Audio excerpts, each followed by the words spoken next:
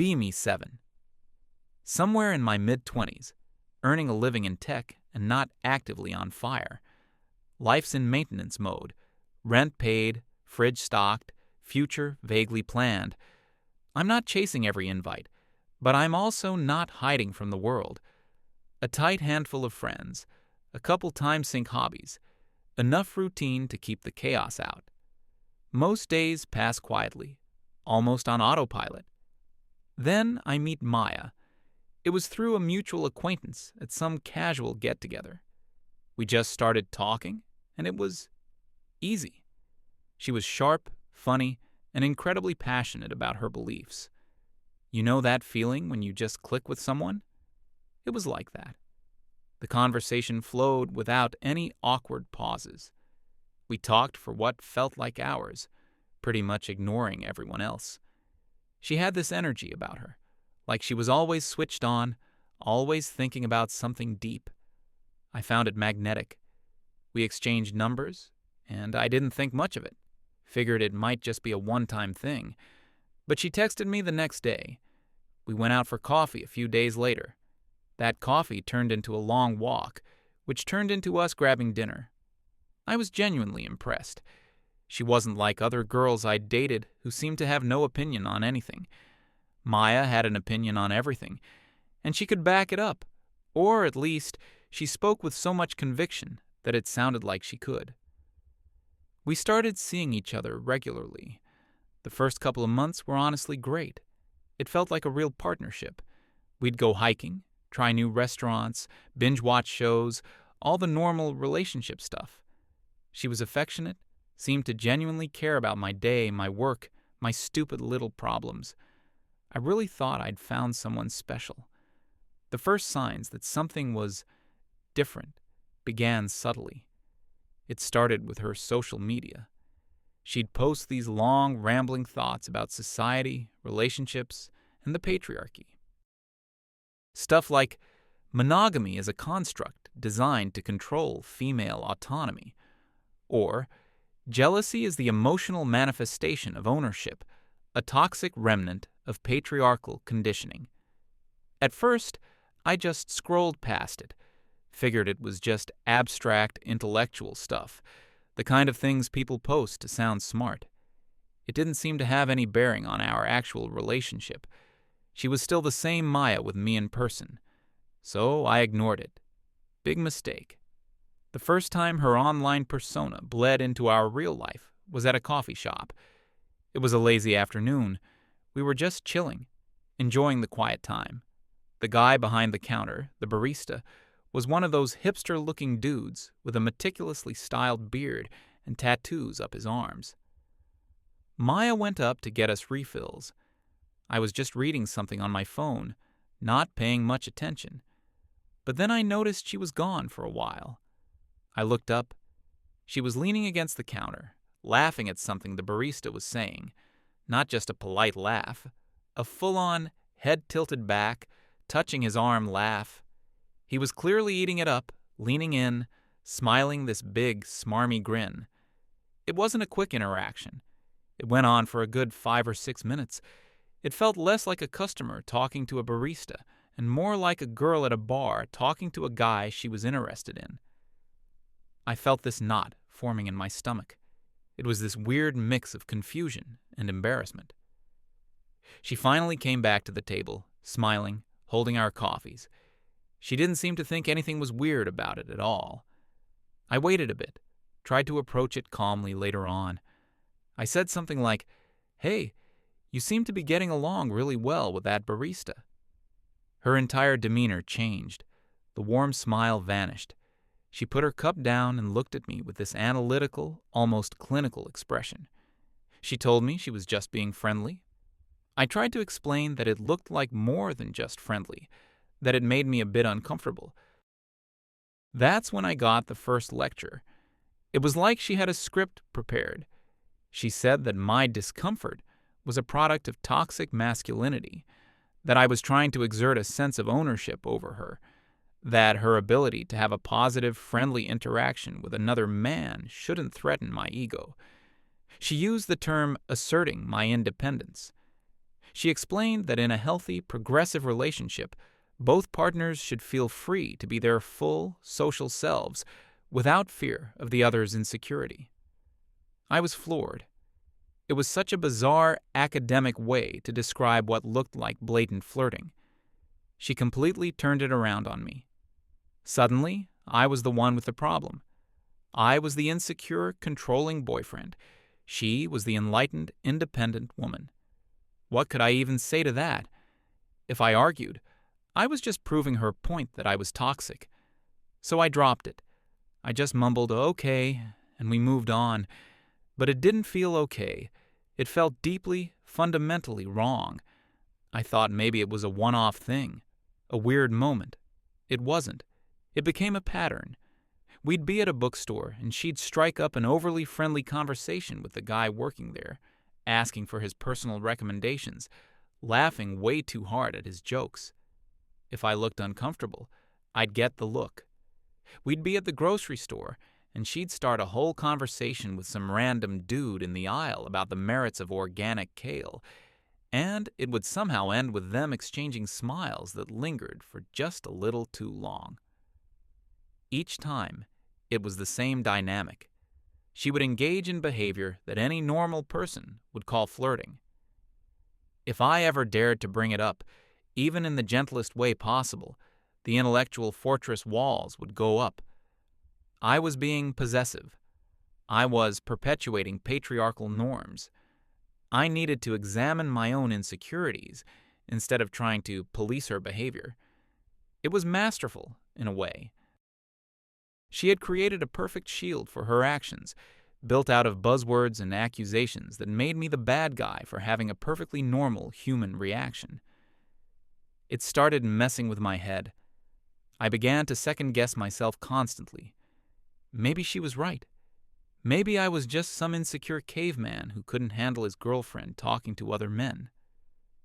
I really tried to see it from her perspective. I tried to be more progressive, more enlightened.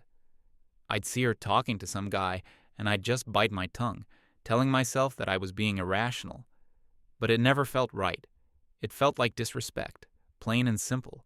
It felt like she was getting a thrill from it, from exercising this freedom right in front of my face. The worst part was that our relationship was otherwise fine. When it was just the two of us, she could be incredibly sweet and caring. It was this constant Jekyll and Hyde thing, the loving girlfriend one moment, and this cold, calculating social theorist the next. The tipping point came a few months into this new normal. We were invited to a party at a friend's apartment. I was actually looking forward to it. A chance to just relax, see some familiar faces, maybe feel like a normal couple for a night. We arrived, and for the first half hour, things were fine. We mingled together, grabbed drinks, talked to people we knew. Then, Maya spotted a guy across the room. I'd never seen him before. He was tall, confident-looking, the center of a small group of people. She just said, "I'll be right back," and walked over to his circle. I watched as she just inserted herself into their conversation. Within minutes, the rest of the circle had kind of faded away, and it was just the two of them, talking. And it was just like the coffee shop, but amplified by 100. The body language was undeniable. She was playing with her hair. She was leaning in so close their shoulders were almost touching. She was looking up at him through her eyelashes. It was a scene straight out of a romantic comedy, and I was standing 20 feet away holding 2 plastic cups, watching it all happen. It wasn't a quick chat. It went on for the entire night. I'm not exaggerating. For over 2 hours, she was glued to this guy's side. I tried to distract myself. I talked to my friends, tried to get into other conversations, but my eyes just kept drifting back to them. I felt like a complete and utter fool. It was public. My friends saw it. They would look at me, then look at her, then look back at me with this pitying expression. No one said anything to me, which almost made it worse. The silence was deafening. It was the most profoundly humiliating experience of my life. At one point, I walked past them to get to the bathroom. I heard a snippet of their conversation. He was telling some story, and she was hanging on his every word, her eyes wide with admiration. She saw me walk by. Our eyes met for a split second. There was no guilt in her expression, no oops, got caught look. It was something else, a flicker of defiance, a challenge, like she was daring me to say something. That's when I understood. This wasn't about independence or deconstructing norms. This was about power. She was enjoying this. She was enjoying putting me in this position, proving that she could do whatever she wanted and that I was powerless to stop it without looking like the toxic boyfriend. Finally, near the end of the night, she came back over to me, her face flushed and smiling. She said, "Ready to go?" As if nothing had happened, as if she hadn't just spent the entire evening emotionally attached to another man's hip. The car ride home was silent. I couldn't even bring myself to look at her. I was just stewing in this potent cocktail of anger, hurt, and shame. When we got back to my place, I knew I had to say something. I couldn't just let this go. I confronted her. I wasn't yelling, but my voice was shaking.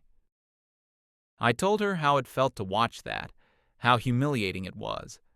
I asked her who that guy was, what they were talking about for so long. And the lecture began. It was the standard script, but this time it was delivered with an air of annoyance, like she was tired of having to explain these simple concepts to her primitive boyfriend. She said his name was something generic, that he was interesting, and that they were having a stimulating conversation. She said my jealousy was unattractive, and that I had ruined a perfectly good night with my moodiness. She actually said I had main character syndrome and couldn't stand it when the world didn't revolve around me for a few hours. That was the moment something inside me snapped. The hurt and confusion just evaporated, and all that was left was cold, hard clarity. I saw the whole thing for what it was, a game, a one-sided game where she made all the rules, and I was only allowed to lose. I didn't argue anymore. I just went quiet. She took my silence as agreement, as me finally understanding her superior point of view. She started talking about other things, trying to get back to normal. I just gave one-word answers. She eventually went to bed, probably thinking she had won another philosophical victory. I stayed up all night, just sitting on my couch in the dark. I felt completely broken. I had tried so hard to be a good boyfriend, to be understanding, to be modern and open-minded, and what I got in return was public humiliation dressed up as a social justice lesson. The next day, I couldn't shake the feeling of hopelessness. I met up with my best friend. He's one of those no-nonsense, brutally honest types. I told him everything: the coffee shop, the bookstore, the party. I even told him about the lectures, the buzzwords, the way she turned everything around on me. I think I was expecting him to sympathize, to tell me I should just break up with her. But he just listened patiently, nodding along. When I was finished, he was quiet for a minute. Then he looked at me and said something that changed everything. He said, "So, she's established a set of rules for your relationship, right? The core rule is that interacting in a friendly, even flirty, way with the opposite sex is not only acceptable, but is a positive expression of personal freedom."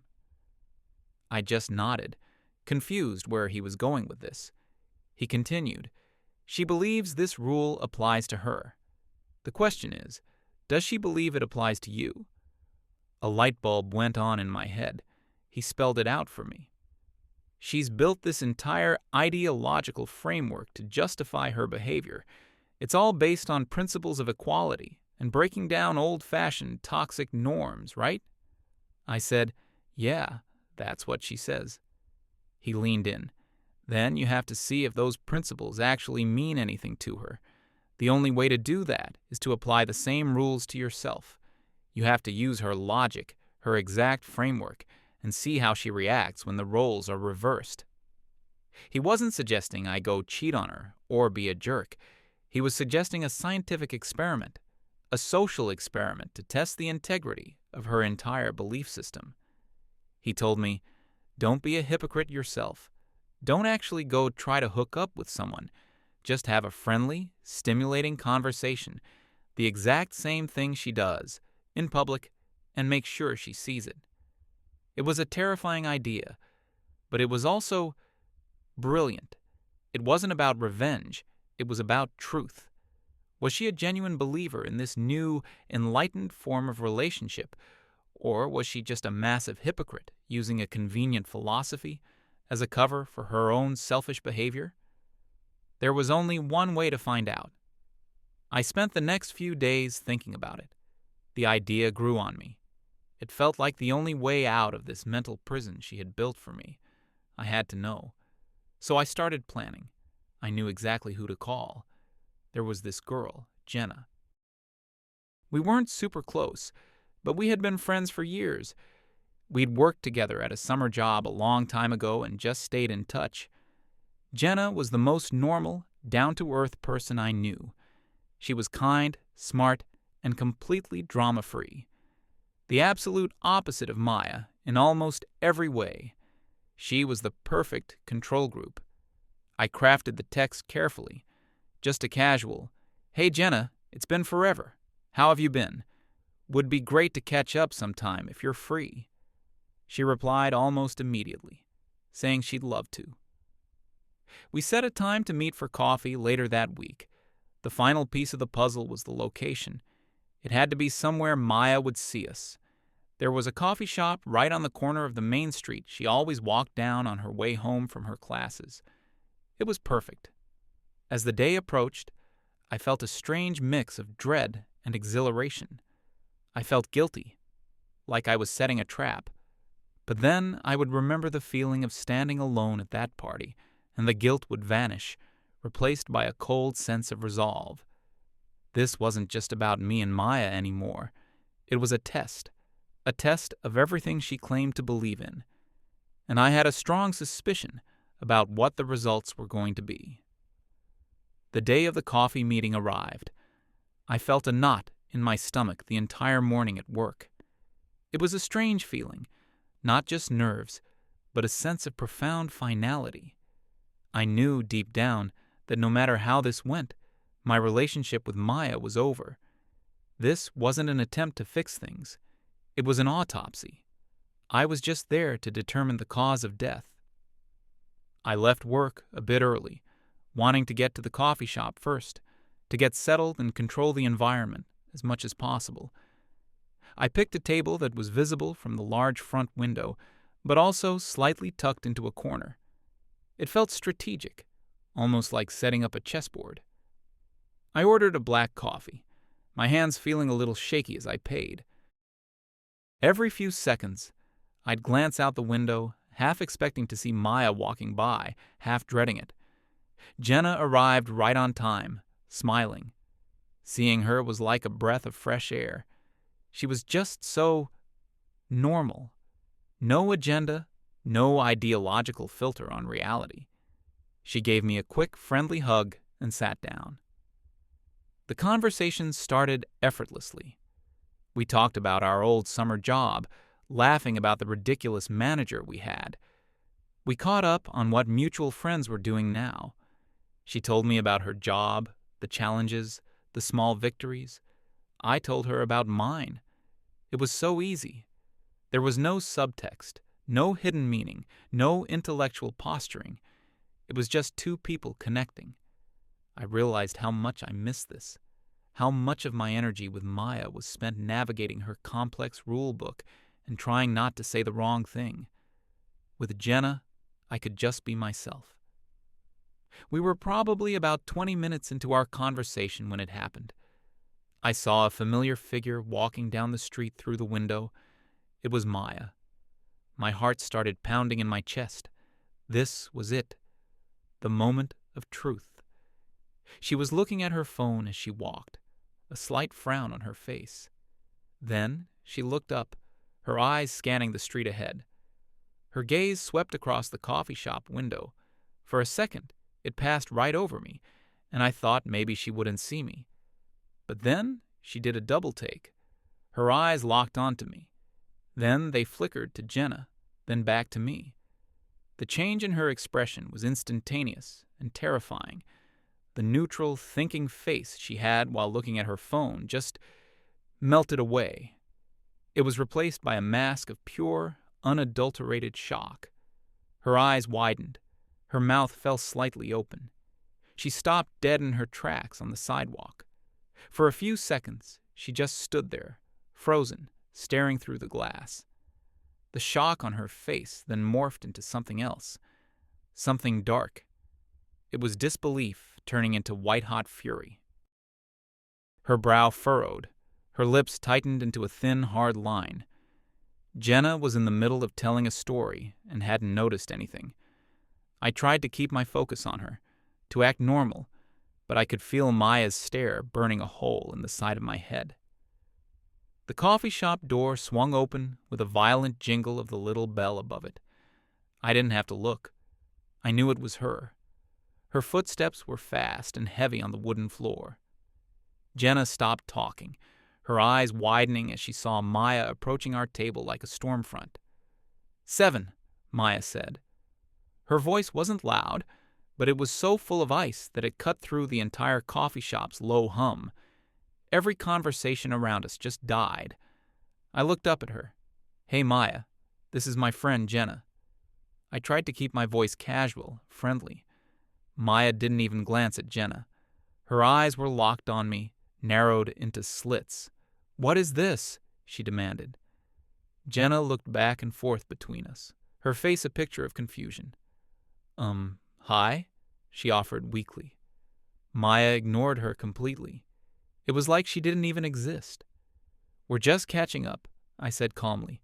Jenna and I are old friends.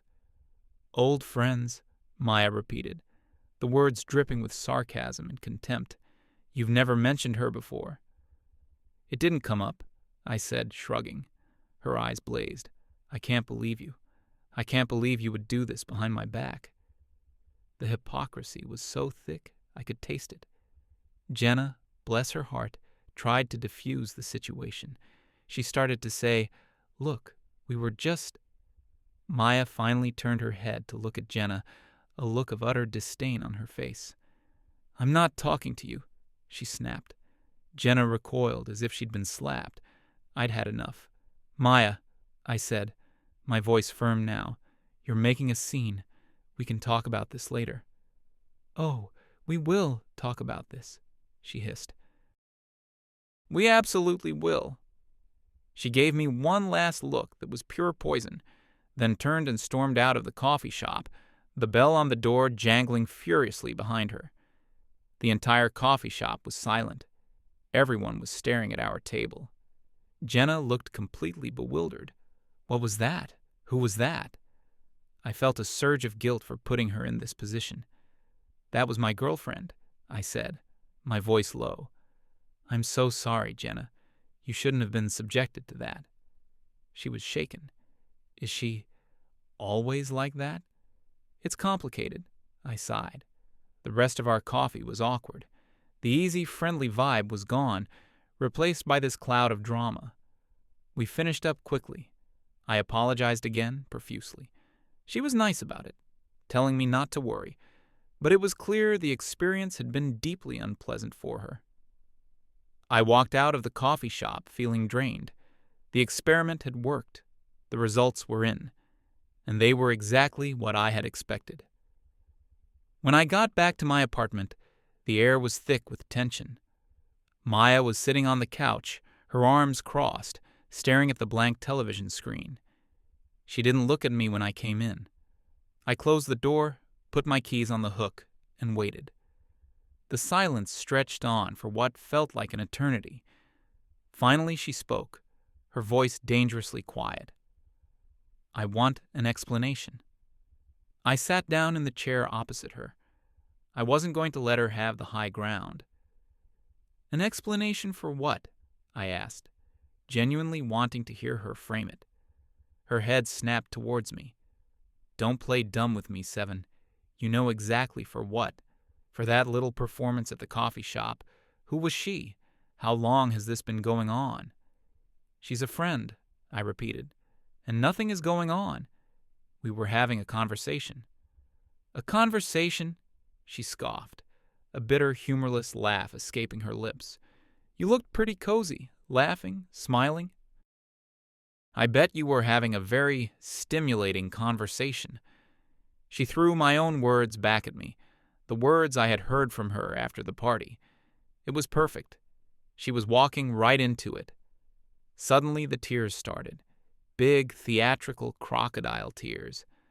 "I can't believe you'd betray me like this," she sobbed, burying her face in her hands. "I trusted you. I really trusted you, and you just took that trust and spit on it." A month ago, this would have destroyed me. I would have been rushing over to comfort her, apologizing for something I didn't do, begging for forgiveness.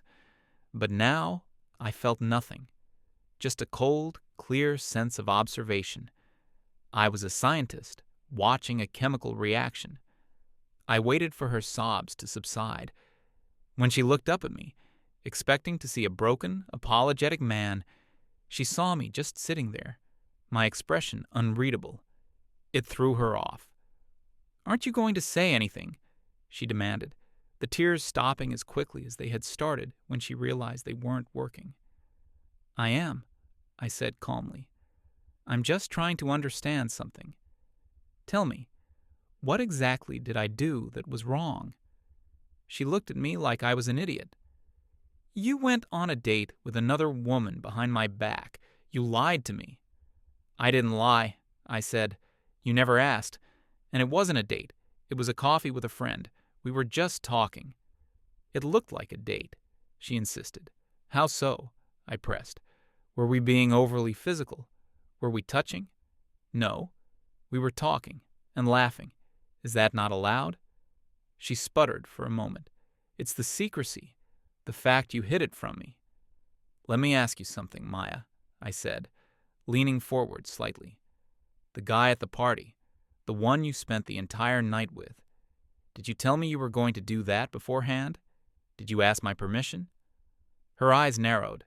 "That's completely different." "How?" I asked. "Explain it to me.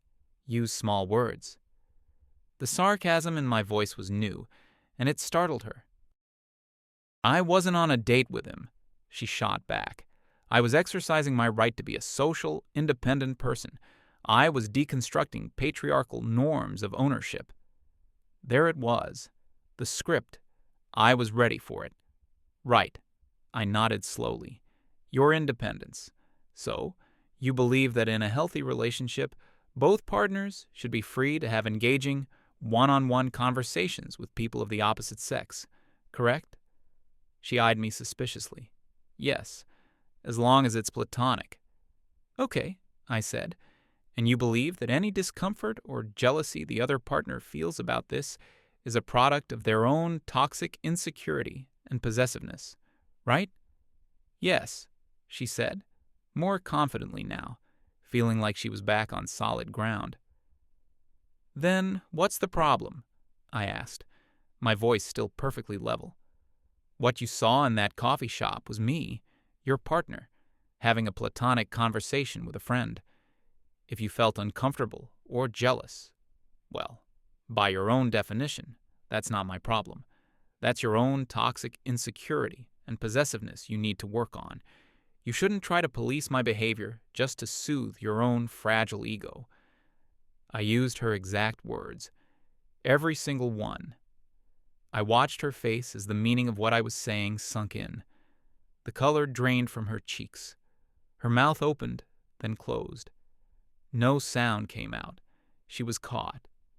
Caught in the beautiful, intricate, hypocritical trap she had built for me, and now for herself. Her entire philosophical fortress, the one she had used to belittle me, to humiliate me, to justify her own selfish actions, had just crumbled to dust around her. And she had been the one to light the fuse. She stared at me, her eyes wide with a look I'd never seen before. It was a mix of shock, rage, and defeat. She had no rebuttal. There was no argument she could make that wouldn't completely contradict everything she claimed to believe.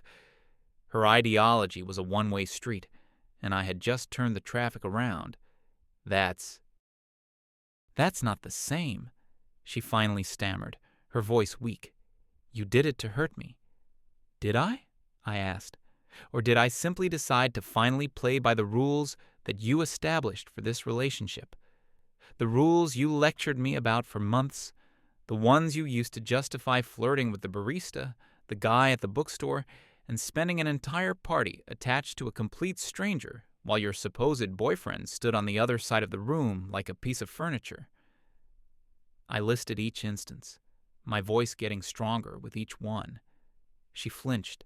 The difference, Maya, I continued, standing up, is that when you did it for your own validation, for the thrill of it, and you used a cheap intellectual excuse to justify the disrespect. When I did it, I had a completely innocent conversation with an old friend. The only reason it hurt you is because you never actually believed in any of the nonsense you were selling. The rules were only ever meant to apply to you. You wanted the freedom of a single woman and the security of a committed boyfriend, and you thought you were smart enough to have both. I walked over to my closet and pulled out a duffel bag. I started taking my clothes out of the drawers and putting them in the bag. She just watched me, silent, her face pale. The fury was gone, replaced by a dawning horror. She was realizing this was real. What are you doing? She whispered. I'm asserting my independence, I said, not looking at her. I'm deconstructing this relationship, which I've come to realize is a toxic construct. My mental health should not be policed by your emotional insecurities. I zipped up the bag. It wasn't everything, but it was enough to get by for a while. I walked to the door. I finally turned to look at her one last time. She looked small. Stripped of her buzzwords and her condescending lectures, there was nothing left but a confused, selfish person who had been so caught up in her own game that she never realized she was about to lose. The sad thing is, I said, my hand on the doorknob, I actually tried to believe you. I tried to be the guy you said you wanted, but he doesn't exist, and you don't really want him. You just wanted an audience. And with that, I opened the door and walked out. I didn't look back. As I walked down the street, the cool night air felt amazing. I didn't feel sad. I didn't feel angry anymore. I felt light. It was the feeling of a massive weight being lifted off my shoulders, the constant mental gymnastics, the second-guessing, the feeling of being disrespected and then being told it was my own fault. It was all gone. It was just quiet. I understood then that my friend was right. I also understood something more. It was never about commitment. I wasn't afraid of that. It was about fairness. It was about respect. I wasn't running from a relationship. I was running from a rigged game. And for the first time in a long, long time, I felt like I was finally free to go find a game where the rules applied to everyone.